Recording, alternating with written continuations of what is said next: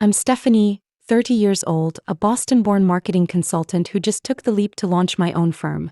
And this is the Thanksgiving that reset my entire life.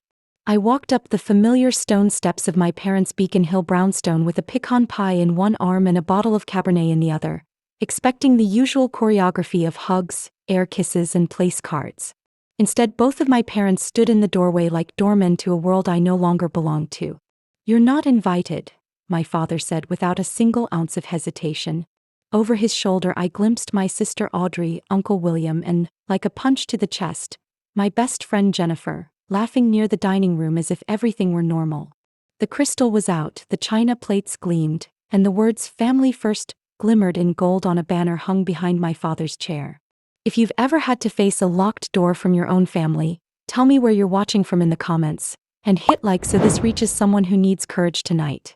Make sure you subscribe because one phone call after that door closed changed everything. My parents' house is the kind of brownstone that ends up on postcards. Austere, polished, intimidating. That facade is the Matthews family in architectural form. My father, Harold Matthews, founded Matthews Investment Group 35 years ago and raised it into one of the most revered firms in the city. In our home, success wasn't encouraged, it was enforced. My mother, Elaine, curated our social standing with the precision of a museum conservator. Charity boards, flawless dinner parties, the right tailors, the right caterers, the right everything. "A Matthews never shows weakness," she would say, smoothing a wrinkle that only she could see. My sister Audrey thrived in that ecosystem. Harvard Business School had been a stepping stone, the firm her stage. She never seemed to question the choreography. I did. I loved brands, stories, messages that actually connected with people. To my father, marketing was a soft option for people who couldn't handle real business. I did it anyway. For 5 years I worked inside Matthews Investment Group in the unglamorous trenches, refining pitch decks, building client journeys, figuring out why some messages landed and others dissolved in boardroom air.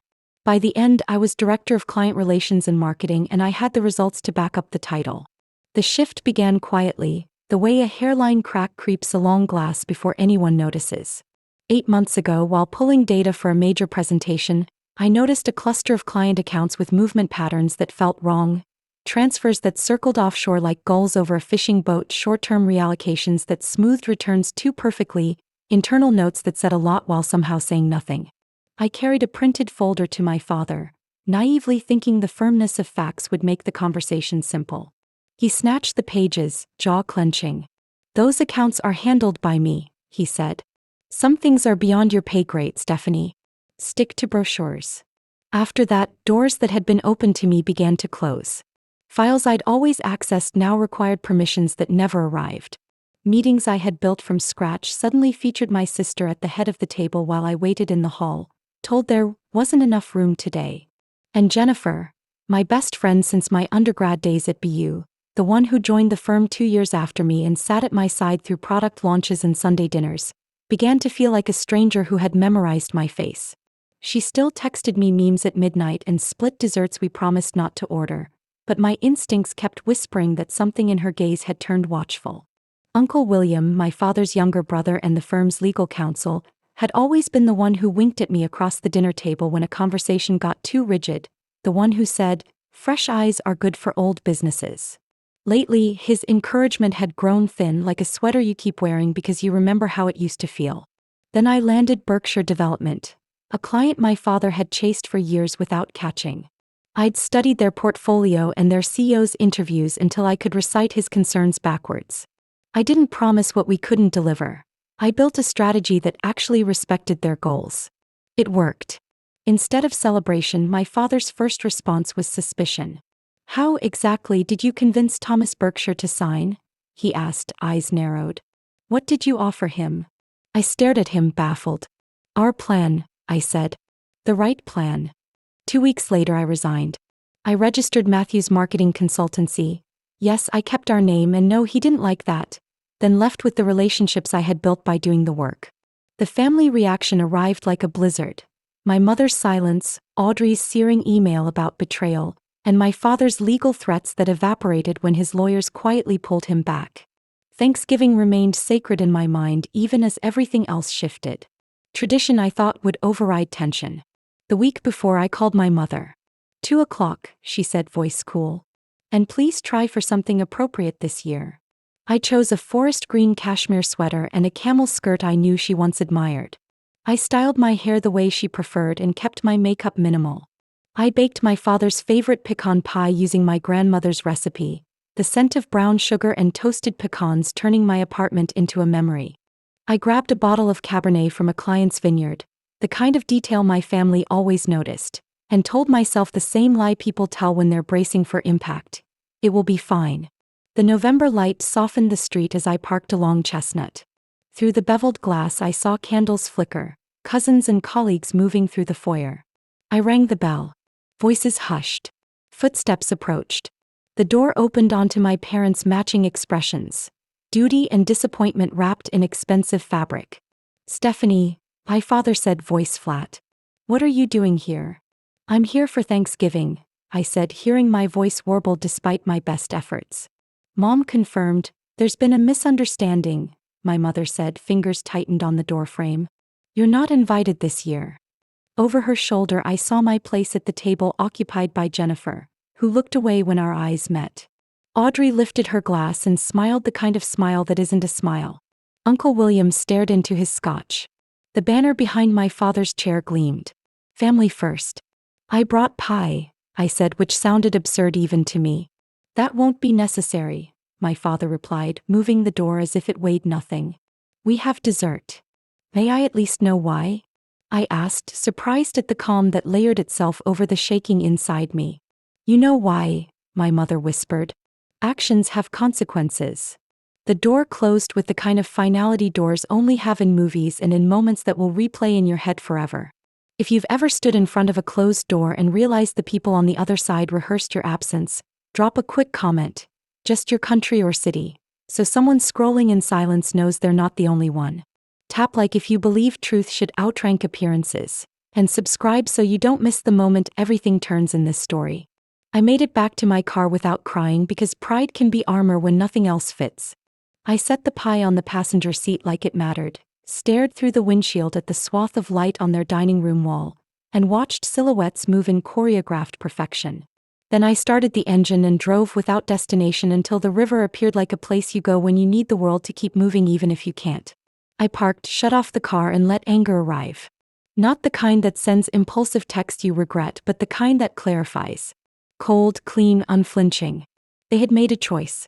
I was going to make mine. A memory rose like something saved in a drawer. Months earlier, at a law school alumni mixer I'd crashed with a colleague, I'd run into Michael Donovan, a friend from my short detour toward law before business pulled me back. He'd gone on to specialize in financial fraud and now worked with the SEC. "Something at the firm feels wrong," I'd confessed after a glass of wine, lowering my voice in the crowded room. "Certain accounts move like they're being choreographed for optics, not performance." He'd listened without interruption. "Do you have anything to support that?" he'd asked. I'd admitted I'd quietly copied some reports and internal emails when my access started getting restricted. I hadn't looked, family loyalty, fear, denial, but I'd kept them. "If you ever decide to go further," he'd said, sliding a card across the table, "call me." Some lines, once crossed, don't have a way back, but they do have a way forward. I tucked the card away and tried to forget both it and the way my stomach had dropped when he said it. Back in my apartment, I placed the rejected pie on the counter and opened a bottle of wine. I ate a plate that would horrify my mother. Crackers, cheese, deli turkey, grapes, and raised a glass to my own company. "Happy Thanksgiving," I told the room, and then the tears came. Years of following the rules in a house where rules changed to suit the person in power. Years of believing loyalty meant silence. I let the storm pass through me, then dried my face and walked toward the hidden panel behind my bookshelf where I'd stashed what I didn't want to admit might matter. I carried the files to the dining table and started opening a life I had tried not to see. The pattern revealed itself the way patterns always do when you stop pretending not to notice. Accounts with returns smoothed to near-perfect consistency in months the market had whipped and staggered. Transfers that touched down briefly in entities registered in places known more for secrecy than for sunsets. Emails between my father and Audrey discussing temporary reallocations to address client optics during a challenging quarter. If you've never had the experience of realizing the people who raised you have built a machine you can't ethically stand inside, count yourself lucky. If you have, you know the particular nausea that comes with it. At first, I thought I might be misreading, seeing ghosts where there were none. So I built a spreadsheet the way I do when chaos needs translation. Dates, accounts, destinations, notes. I cross-referenced performance claims with the underlying assets they were allegedly tied to and watched discrepancies pile up like snow against a door. I wasn't seeing isolated anomalies. I was seeing a system, a flow of funds used to cover withdrawals with new deposits, performance managed by reclassifying losses as technicalities, one hand waving while the other moved numbers where eyes couldn't follow. I could hear my father's voice in my head. Truth is for people who don't have to keep the lights on. I kept reading. Then I found emails that mentioned me. Restrict Stephanie's access to Ferguson and Williams, my father wrote, 3 weeks before I first raised concerns. Her role doesn't require detail beyond marketing. Already handled, Audrey answered. Jennifer is keeping her focused on new client presentations. Jennifer's name threaded through the chain like dental floss around a rotten tooth. Stephanie asked about the Osaka transfers, she wrote in another message. I deflected with confidentiality protocols. Monitoring continues. Monitoring. From the woman who sat on my couch in pajamas and cried about a breakup. From the friend who clinked glasses with me over promotions we both said we'd earned. There was a folder labeled personal that made no sense among account numbers and audits. Until it did. Screenshots, social photos, event candids. At first they seemed like nothing. Charity gala pictures, holiday party boomerangs. Then the through line sharpened. Jennifer and Audrey together at events I hadn't attended. Their posture shifted from friends to something more. A final photo in my father's lake house captured them in an embrace they assumed was private. I stared at it until the room tilted. Betrayal had apparently been a family activity. My phone buzzed. Michael. I couldn't wait until tomorrow, he said without preamble when I answered. I could hear the murmur of a family gathering on his side of the line, then a door closing. I did a preliminary look at publicly accessible indicators when you called.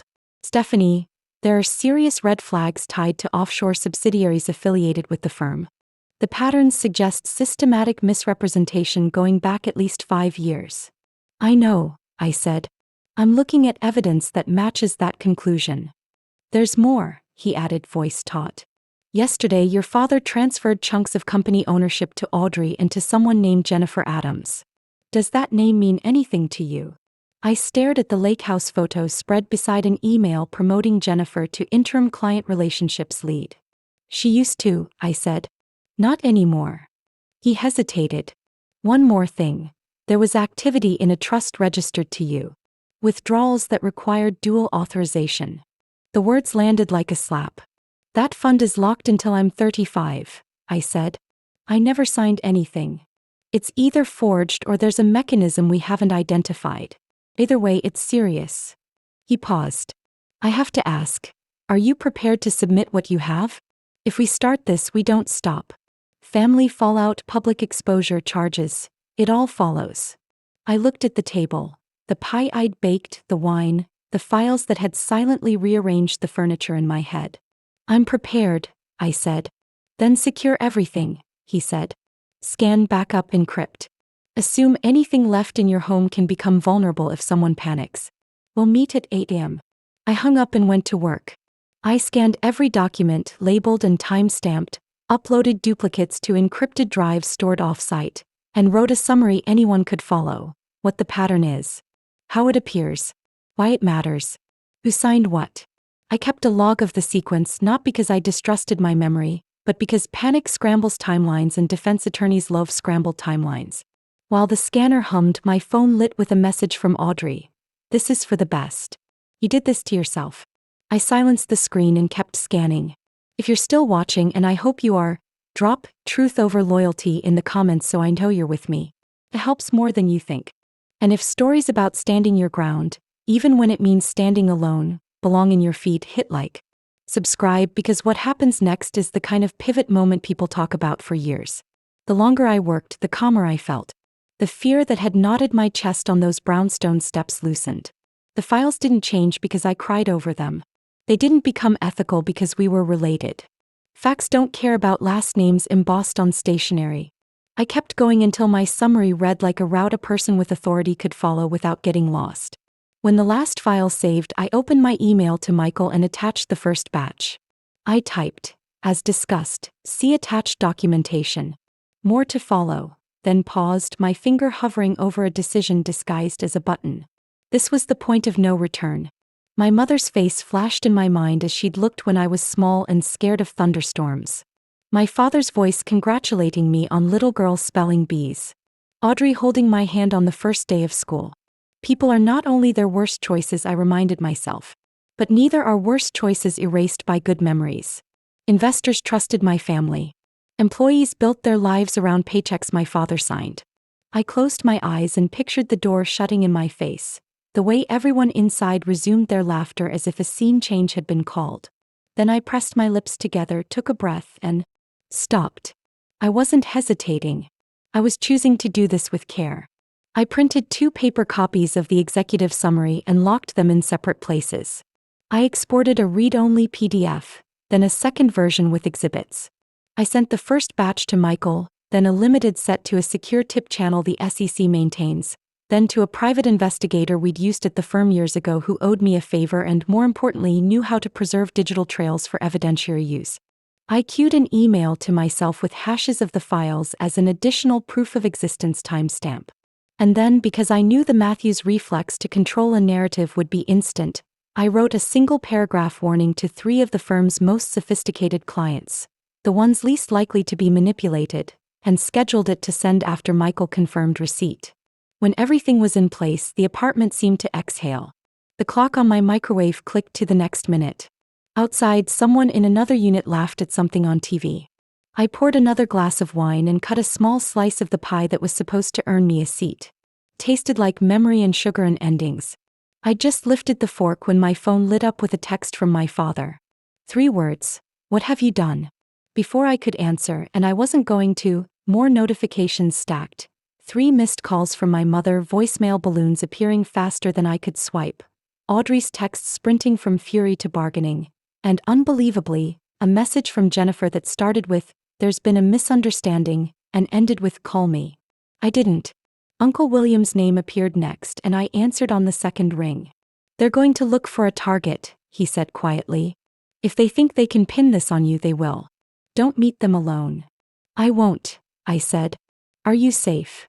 He hesitated. For the moment. I turned off notification sounds and let the phone vibrate itself toward the edge of the table. Peace can look like defiance from the outside. Inside, it felt like oxygen. I had done what I believed was right. The consequences would arrive in their own time and shape. The doorbell rang. I set my fork down, heart steady in a way that surprised me. I walked to the door and looked through the peephole. The hallway framed a tableau that would have been ridiculous if it weren't my life. My father, tie loosened for once. My mother, pale and pinched. Audrey with mascara tracks she wouldn't normally allow. Jennifer hovering at the back like a person searching for an exit. I thought of the girl version of me who would have begged to be let back into that room, who would have traded anything for the illusion of belonging. I opened the door just enough to make my voice carry. "If we're doing this," I said, "we're doing it on my terms." I set my fork down, heart steady in a way that surprised me. I walked to the door and looked through the peephole. The hallway framed a tableau that would have been ridiculous if it weren't my life. My father, tie loosened for once. My mother, pale and pinched. Audrey with mascara tracks she wouldn't normally allow. Jennifer hovering at the back like a person searching for an exit. I thought of the girl version of me who would have begged to be let back into that room, who would have traded anything for the illusion of belonging. I opened the door just enough to make my voice carry. "If we're doing this," I said, "we're doing it on my terms." I stepped aside. No shouting. No accusations from the threshold where neighbors could hear. My rules were simple. If they wanted to speak to me at all, they could acknowledge that this was my space, my life, and they were guests in it. My father pushed past me first, bringing winter air and impatience with him. My mother slipped by with her chin high and her eyes scanning my humble furniture like it might stain her reputation. Audrey hesitated, then entered rigidly as if good posture could substitute for a plan. Jennifer lingered on the mat as if standing half in, half out might let her claim she never really chose a side. "Close the door," my father snapped. He was used to doors closing behind him on command. "I'll close it," I said. "When we agree there will be no yelling." I waited. A beat. My mother nodded first. An ominous, brittle movement like something antique trying to survive a move.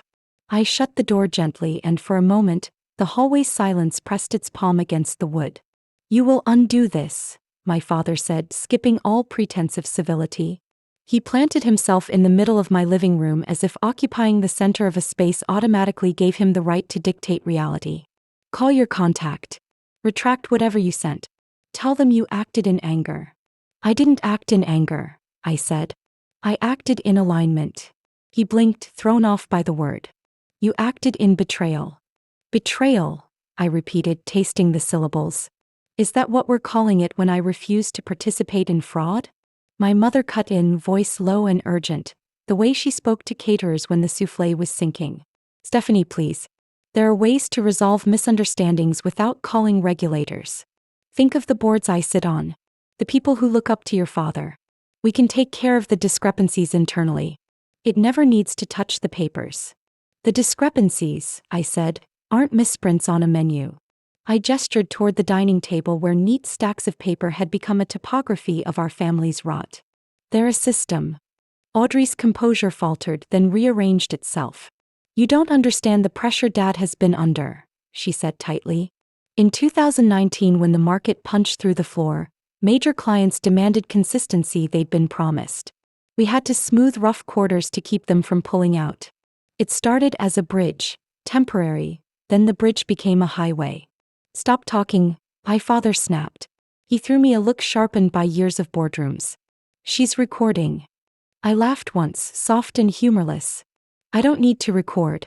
I have signatures, emails, transfers. Remember? Documents." Jennifer found her voice. "Steph," she said, and the nickname rolled out like a dated photograph I hadn't consented to being shown. "Please. There are people who will get crushed by this who did nothing wrong. Assistants. Analysts. Reception staff. The pension plan. Don't," I said, turning to her fully. "Do not stand in my living room and suddenly discover compassion for collateral damage after you colluded to make me collateral." Her eyes filled quickly, tears glassing the rim. "I never meant to." "You never meant to get caught," I said. "There's a difference." My father tried a different angle, the one that used to work on donors and golf partners whose egos wanted to be stroked. "You're emotional. You want your little marketing firm to mean something and you think taking down the big bad company makes you a hero."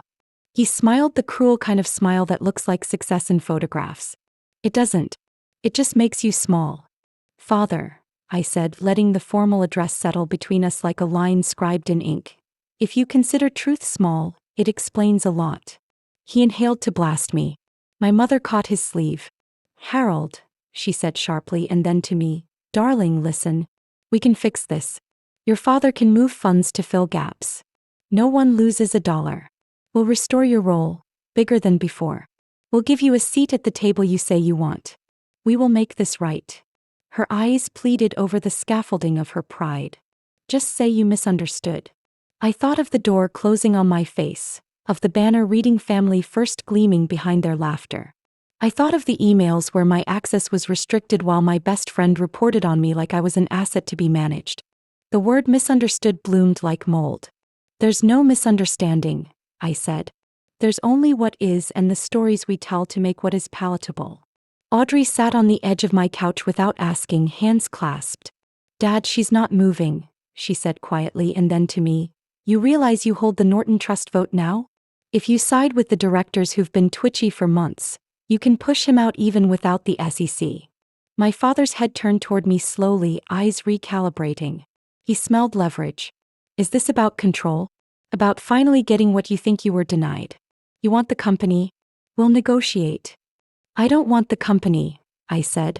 "I want a world where the company doesn't harm the people who trusted it." Jennifer took a desperate step forward. "Steph, I know you're hurt about. I should have told you. About Audrey. About what your dad asked me to do. I was trying to keep my job and—" "You were trying to keep your access," I said. "To my family, to my father's favor, to the lifestyle that came with our name. You used me as a human key card." Her shoulders folded. For a second she looked like the girl who used to fall asleep on my couch with a face mask on and a glass of wine balanced precariously on a textbook. For a second I wanted to miss her. Then I remembered her sitting in my chair at my family's table while I stood on the stoop with a pie. Wanting to miss someone is not the same as being safe to miss them. My father switched to threats. If you don't retract, we will make it plain that you were part of this. We'll show emails with your name. We'll connect dots that point to you. We'll say you left when you realized the scheme was going to be exposed and you wanted immunity. We have lawyers, Stephanie. Have what? That SEC puppy. Michael is not a puppy, I said, and then because he deserved it, he's a person who remembers there are laws. He's a person you're sleeping with, my father sneered. I let the insult lie between us without picking it up. When you can't dismantle the facts, you always reach for the woman. Silence. In the pause, the hum of my refrigerator sounded like a chorus. If you're watching this and you've ever had someone try to bully you out of your own reality, drop "I stand my ground" in the comments, I said to an invisible camera I had learned to carry inside myself. It reminds me who I'm telling this for. I looked back at my family. You can't scare me into lying. Not for you. Not for anyone. My mother straightened, the mask of society matron cracking to reveal the human beneath. We will be ruined, she whispered, and there was something primal in it. Fear of exile, of status ripped away like a tablecloth. Everything we are. Isn't a charity gala, I said softly. It's what you do when no one is watching. There was a knock behind my family, light, apologetic. The door opened a few inches and Uncle William's face appeared, lined and sober. He stepped in around Jennifer, closed the door carefully, and met my eyes. They're securing the firm, he said to my father without preamble. The SEC froze primary accounts. Gerald's on his way, but... He stopped, seeing the room like a chessboard. He turned to me. You did the right thing, he said. But you need to be careful. The narrative can turn on a dime. Already tried, I said. My father rounded on him. You knew, he accused. I suspected, Uncle William said, a flash of shame in the set of his mouth. I told myself I didn't have enough to blow it open. That it could be handled in-house. I told myself a lot of things. You always did like the moral high ground, my father said viciously. Easy to be ethical when you're not the one carrying the payroll. Hard to be ethical when you think the payroll justifies anything, William answered quietly. My father looked back at me and spent his last chip. Name your number. No, I said. A division, he tried. No. Your own budget. No. He stared as if he could will a yes out of me like a magician pulling a coin from behind a child's ear. When it didn't come, he spat. You are no longer family. I felt something inside me lift and leave, like a bird that had been waiting for someone to open a window. I stopped being your version of family, I said, when you decided loyalty meant complicity. I hadn't expected it to hurt, and it did, in that deep-boned way that grief carries. But grief, like truth, doesn't negotiate. It just is. Get out, I said finally. We're done here. No one moved. My father stared at me like he was carving my face into memory. My mother drew herself up to her full height, which had terrified waiters and wedding planners, and found it failed to terrify me. Audrey looked at the floor. Jennifer swiped at her cheeks. Leave, I repeated, and because I understood the need to make things explicit with people who built labyrinths to avoid clarity, you are not welcome in my home. They obeyed because the one thing my family had always understood was the enforcement of house rules. My father's exit had a slam to it even though he didn't touch anything. My mother glanced back, eyes craving a crack she could wedge a future conversation into, and found none. Audrey hovered last, something like apology pressing against her lips and not daring to surface. Jennifer was the final shadow, whispering, I'm sorry, like a prayer she hoped would absolve the sin without requiring the penance. Uncle William lingered. He squeezed my shoulder. It will get worse before it gets better, he said. But better still comes. After the door closed, the room felt both cavernous and too small. I went to the sink, ran the tap, and rinsed the sticky pie knife as if cleanliness could scrub away what had just stood in my living room. My phone buzzed on the table again and again and again. News alerts, messages, the outer world colliding with the inner. I turned its screen down and stood there listening to the kitchen sounds an ordinary evening makes when it's trying to convince you it's still an ordinary evening. Sleep was stubborn and came only in short, fractured stretches. When dawn finally lifted the edges of the blinds, I dressed in the kind of clothes that don't invite comment. Dark sweater, slacks, and tucked printed copies of my summary into a nondescript folder. I put a second set into a sealed envelope and slid it under a neighbor's door with a note.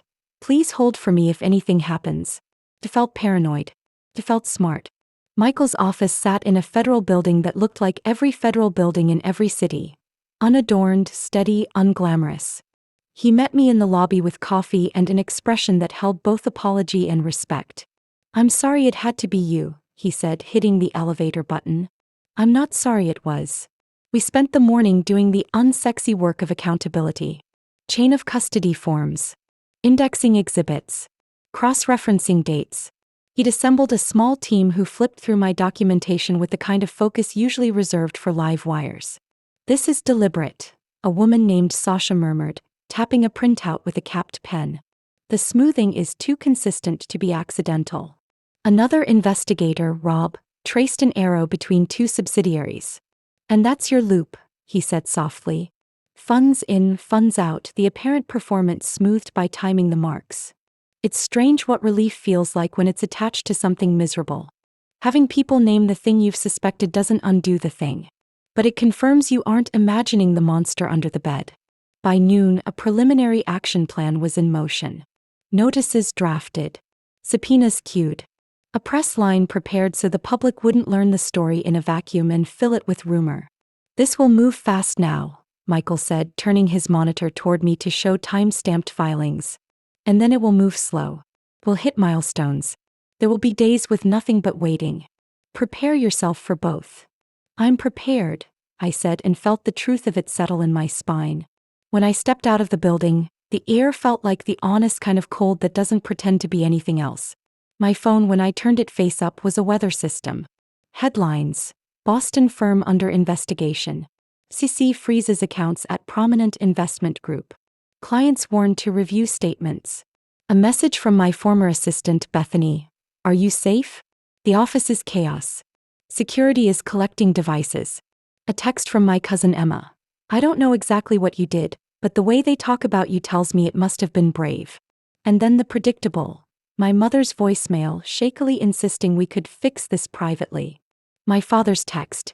You have 20 minutes to call me and explain how you plan to undo your mistake. Some bells cannot be unrung, Stephanie. He was right about bells.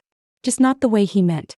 If you're still with me, if the part of you that learned to keep peace at any cost is starting to suspect peace built on silence isn't peace at all, drop "no more silence" in the comments. Hit like so this reaches another person who needs a sentence to borrow. Subscribe because the next sequence, what they try next, matters. I went home and did the dishes because doing the dishes is how you remind your body you still have a life while the world tries to make you a headline. I answered Bethany, I'm safe. Save copies of anything you can. Don't put yourself at risk. I sent Emma a heart and a coffee soon. I texted Uncle William, be careful. He replied with a thumbs up and a link to a legal resource, a quiet signal that he would be useful in the way he knew how to be useful now. Exactly 22 minutes after my father's ultimatum expired, my doorbell rang again. This time I didn't need the peephole. I knew the shape of the knock, the particular insistence people carry when their world is wobbling and they need you to steady it by handing over your spine. Not this time, I told the door softly and didn't move. They waited. The bell rang again. A hard, impatient series that would have embarrassed my mother under any other circumstance. Then footsteps retreated down the hall. The elevator hummed and quiet came back like a tide. Late afternoon brought the first official inquiry calls. Calm voices confirming receipt, asking me to expect follow-ups, reminding me not to discuss details publicly. I closed the blinds as cameras began to gather down on the street like crows on a telephone wire. The news cycle does what it does. I kept my phone on airplane mode for an hour and let myself look around my small apartment. At the books I'd actually chosen, at the plant I'd finally kept alive, at the small stack of clean laundry on the chair, and felt something enormous and ordinary at the same time. My life intact. Night fell early as it does that time of year. I made tea I didn't drink. I tried to read and realized my eyes were still counting columns. I put the kettle back on and then discovered I'd never turned the first one off. The small, ridiculous facts of shock. Sometime after 9, Audrey texted. Not fury this time. Not scorn. A single line. I'm scared. It would have been easy to ignore her, to leave her where she had left me. I typed and erased 7 messages before I landed on the one that felt like it didn't betray me or the truth. Then tell the truth. To the investigators. To yourself. 3 dots pulsed. Stopped. Started again. Then nothing. It said as much as any paragraph might have. Morning brought clarity dressed as paperwork. Michael sent a secure link for additional uploads. Sasha requested specific date ranges. Rob asked if I remembered the moment my access had been restricted. I did. I remembered everything in that kind of surreal high definition we reserve for accidents and epiphanies. At 10, the firm's outside counsel sent a letter to my email accusing me of defamation and tortious interference, demanding I preserve all materials, which I had, and threatening injunctions, which would fail. I forwarded it to Michael with the subject line, and so it begins. He responded with a single line, "You did good." By noon, a local news van idled at the end of my block. A reporter with a perfectly shaped bob knocked on the wrong door first. I heard a neighbor tell her to try "the girl who works with computers," and laughed despite myself. Stories get told regardless. All we can do is try to tell them close to true. Early afternoon, my mother texted a photo. The living room at the brownstone dim. The family first banner no longer hanging. In its place, an empty strip of wall. No words attached to the image. I stared at it and wondered who had taken it down and whether they had felt the weight in their arms. At 2:30, Uncle William called from a number I didn't recognize. "Off-grid for now," he said drily. "Listen. They're assembling a blame package with your name on it. I saw a draft memo. They want to present you as a disgruntled ex-employee with a vendetta." "Of course they do," I said. "How creative." "I've already told 2 directors that dog won't hunt," he said. "The paper trail is too clean. But assume they will try in the press if they can't in court. Prepare your people." "My people," I repeated and thought of Bethany, of Emma, of the clients who had chosen my baby firm because I had sat with them and talked to them like actual human beings. Chosen family and chosen work. "I will."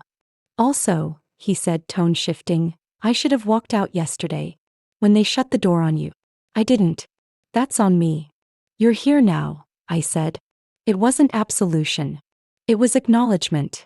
That evening, when the news anchors used language that sounded like a morality play and not a corporate filing, I muted the TV and let captioning feed me the gist. Then I turned it off entirely. I messaged Bethany again. "If you want out, I have a place for you." She wrote back, "I'm already packing a box." The days that followed rearranged themselves into a rhythm that felt like a storm passing through and also never ending. Some mornings were all phone calls and scanned PDFs. Others were quiet enough to hear my upstairs neighbor's cat jump from the windowsill to the floor. My inbox stacked with questions. I answered when I could. I ignored when I had to. In one of the quieter hours, I asked myself the question I'd been avoiding. If they had opened the door and made space at the table, if there had been no public humiliation, no banner, no laughter, would I still have done this? It worried me how long it took to answer. I think I would have wanted to wait to hope it could be fixed privately. But the numbers wouldn't have changed because their performance of affection did. The truth would still be the truth. And the investors would still have been the investors. If you're still watching and you've ever realized that your line in the sand had to be a line in stone, drop "line in stone" below. Like this so it reaches someone who needs to firm up their own boundary. Subscribe because the shape of the fallout is the part most people ask me about, and because there's a piece of this story you don't know yet. The firm tried their narrative. Of course they did. An anonymous source suggested a disgruntled former employee had leaked misinterpreted data. A columnist sympathetic to the old guard wrote about cancel culture coming for legacy businesses. A radio host mispronounced my name and called me impulsive. None of it mattered where it mattered most. In rooms with statutes on the walls and in the accounts of people who had trusted my father with their money. Behind the scenes, cooperation deals were floated and snatched. The CFO, it turned out, had a suddenly reliable memory. Mid-level managers found emails they'd forgotten to delete. And Audrey, my sister who had worn excellence like armor, texted again 3 nights after her first message. I told them I'm done lying. If they ask, I will tell the truth. Then I'm sorry. I typed, good. And then after a minute, me too. Not because I had caused the mess, but because a part of me was sorry for the version of our lives that had never had a chance to be. Jennifer wrote long emails that read like the first draft of a memoir no one should publish. Explanations, almost insights, excuses disguised as accountability. I didn't respond. She left a voicemail crying, describing memories I share. Cheap wine on the balcony, dancing badly in the kitchen at midnight. But memories aren't apologies and apologies aren't amends. Once late, my doorbell rang softly. I didn't answer. In the morning, a small paper bag sat outside with a handwritten note. For what it's worth, I did love you as my friend. Inside was a Polaroid of the two of us on a beach years ago, joyful and wind destroyed. I put it in a drawer. Love without integrity is nostalgia. A week in, I met with the board's interim chair, appointed by court order to shepherd the firm through the meat grinder of investigation. She was precise and unsentimental and, to my surprise, not hostile. We will rebuild what can be rebuilt, she said. We will not pretend what happened didn't. I'm told you have a reputation for being straight even when it's inconvenient. We'll need that. You will also need to pay people back, I said. And to admit it out loud when you don't yet know how. She nodded once. Yes. On the way home from that meeting, I passed the brownstone. The curtains were closed. The wreath on the door was tasteful and cold. I found myself counting windows like they were beads on a rosary. 1, 2, 3, 4. The rhythms you learn to soothe yourself with in childhood don't always stop soothing you when you learn they were built on theater. Christmas came like it always does, on schedule whether you're ready or not. I went to my cousin Emma's tiny apartment and ate lasagna on plates that didn't match and laughed at a joke that wouldn't have gotten past my mother's dinner standards. I gave Bethany a scarf and a contract. I emailed Sasha and Rob holiday thanks because gratitude matters even in bureaucracies. I did not check my parents' social feeds to see what version of the holiday they posted. I entertained the possibility that there wasn't one. The first hearing was set for late winter. Between now and then, there were interviews, depositions, a parade of men in suits whose business cards had titles that sounded like adjectives and weapons. Michael coached me on short answers. Don't narrate, he said, which made me smile because narrating had become my job. Just answer what they ask. When I took the stand for the first time, not in a courtroom but in a windowless conference room designed to make people's throats dry, I felt the weight of every "a Matthews never shows weakness" lesson I had learned and unlearned. Showing weakness had been the only way to stop being complicit. I told the truth. Quietly. Completely. They tried to twist my timeline. I showed them the log. They tried to imply romance had clouded my judgment. I stared until they realized how bored I was. They tried to make emotion sound like unreliability.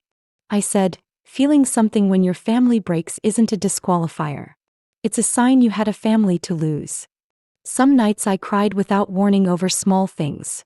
A commercial with a father and daughter at a hardware store. The smell of cinnamon rolls in the hallway. A song my mother used to hum while decorating tables. Grief doesn't take attendance. It shows up. I let it sit on the couch. I poured it tea. And then I told it I had work to do. Work in fact flourished. Clients who cared about reputation as something other than reputation management found me. We heard what you did, they said. Will you help us build systems that don't depend on one man's integrity? I said yes.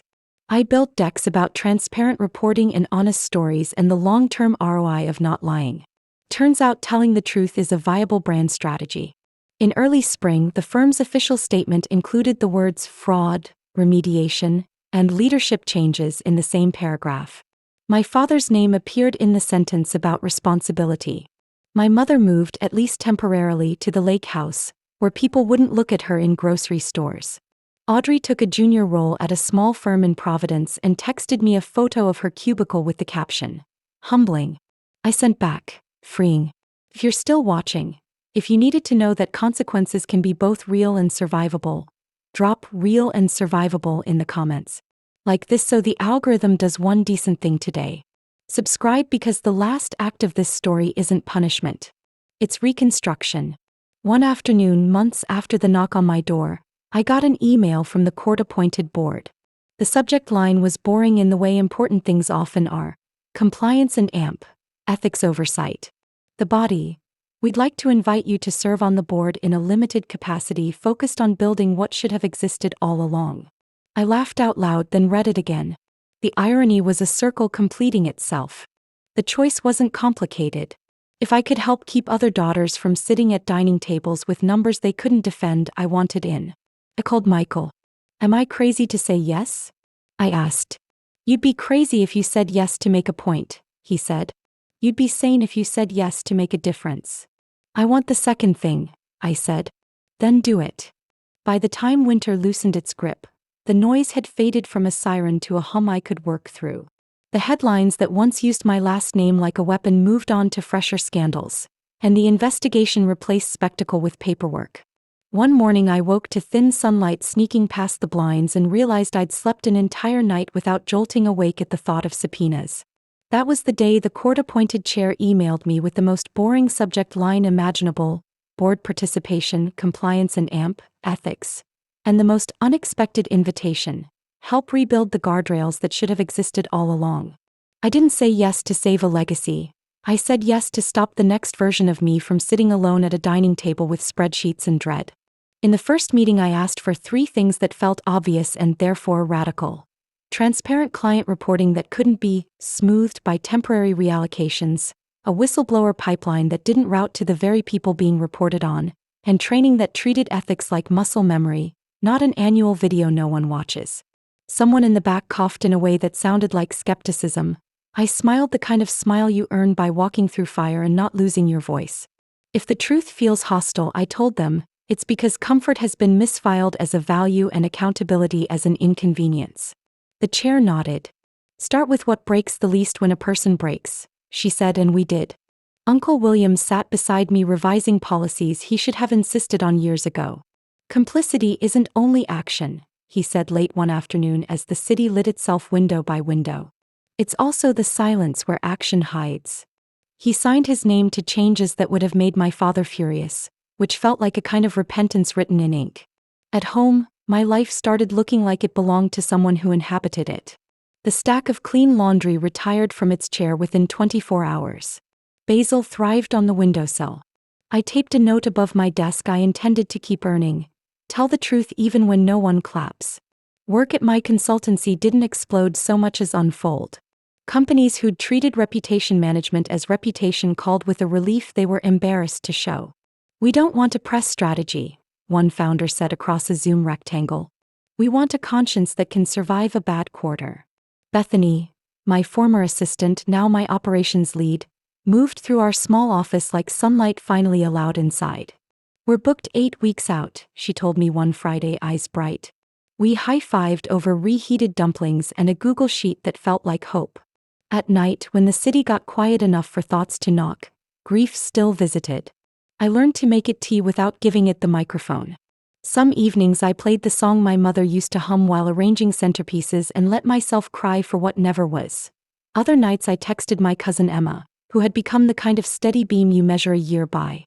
She started helping with client analytics after her day job and then slid a resignation letter across a cafe table with a question already answered in her eyes. "There's a place for people who tell the truth and know their way around a pivot table," I said. "Welcome home." If you're still watching and you've ever rebuilt not as a performance but as a plan, drop "rebuild on purpose" in the comments. Your words are the kind a stranger at 2 a.m. will borrow. Tap like so this part finds them. And keep going with me. The apology I least expected is on its way, and it didn't look like the speech I used to rehearse in the shower. The case ground forward the unglamorous way justice often does, steadily with forms and timestamps. The firm reached interim agreements with regulators. The restitution fund began issuing checks to clients who'd been gaslit by glossy reports. My father took a plea that included cooperation, penalties, and confinement that looked from the street like a gilded cage. I didn't attend the hearing. I read the order alone at my table and placed my hand over his name the way people touch letters on a monument. "Choices and consequences," I said out loud, because sometimes you have to hear the sentence to believe it. Audrey and I practiced a careful dance. Our first messages were logistics.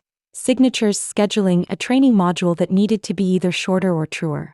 Then the texts developed soft edges. "Therapy feels like cleaning a house I thought was clean," she wrote once. "Which is to say loud." I answered, "Silence is its own kind of noise." One evening she stood in my doorway holding takeout and uncertainty. We ate from cartons like roommates who'd grown up in different countries. I knew parts, she said finally. I didn't want to know the whole. Not a defense, I said. But maybe a map. She nodded. Providence is humbling, she offered, meaning the smaller firm and the smaller desk. It's freeing, I said, and we rinsed forks without forcing a hug we hadn't earned. Jennifer chose letters. Long, literate emails that sounded like a closing argument to a jury too kind to be selected. She apologized for specific scenes and left the stage directions intact. A paper bag appeared on my mat one afternoon. A Polaroid of us on a windy beach, our laughter unposed. A note that read, for the version that was real. I slid it into a drawer with a gratitude that didn't require reconciliation. Love without integrity is nostalgia. I could honor the photo without reopening the bridge. Spring learned our names. Summer softened into fall. At the restructured firm, ethics stopped being a poster and became a process.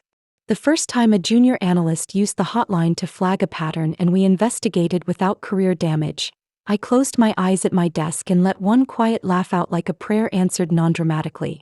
I did not anticipate the email in October. The interim chair wanted to consider me for a formal board seat with voting power over compliance and ethics. I read it twice like it might disclose a trick if I stared long enough, then called Michael. If your reason is revenge, pass, he said. If your reason is repair, accept. Repair, I said, feeling the word click into a place that had been empty for a long time. Then say yes. I did. The week of Thanksgiving, my townhouse smelled like cinnamon and garlic and the specific smoke that tells on a distracted cook. I set a table that would never appear in a magazine and would comfort anyone who sat at it. Mismatched chairs, a market bouquet that looked like a painter had tried to apologize. I tucked a folded card at each place with 3 lines. What I'm grateful for. What I'm letting go. What I'm building next. Because rituals invented on purpose beat scripts inherited by default. Emma arrived first with cranberry sauce that actually tasted like cranberries and said, "This looks like a house that fits a life." Uncle William came with his partner, Robert, carrying pies and a quiet penance he'd already paid forward in the meetings where it mattered. Bethany bounced in with a salad large enough for a public school and a grin that could back up a generator.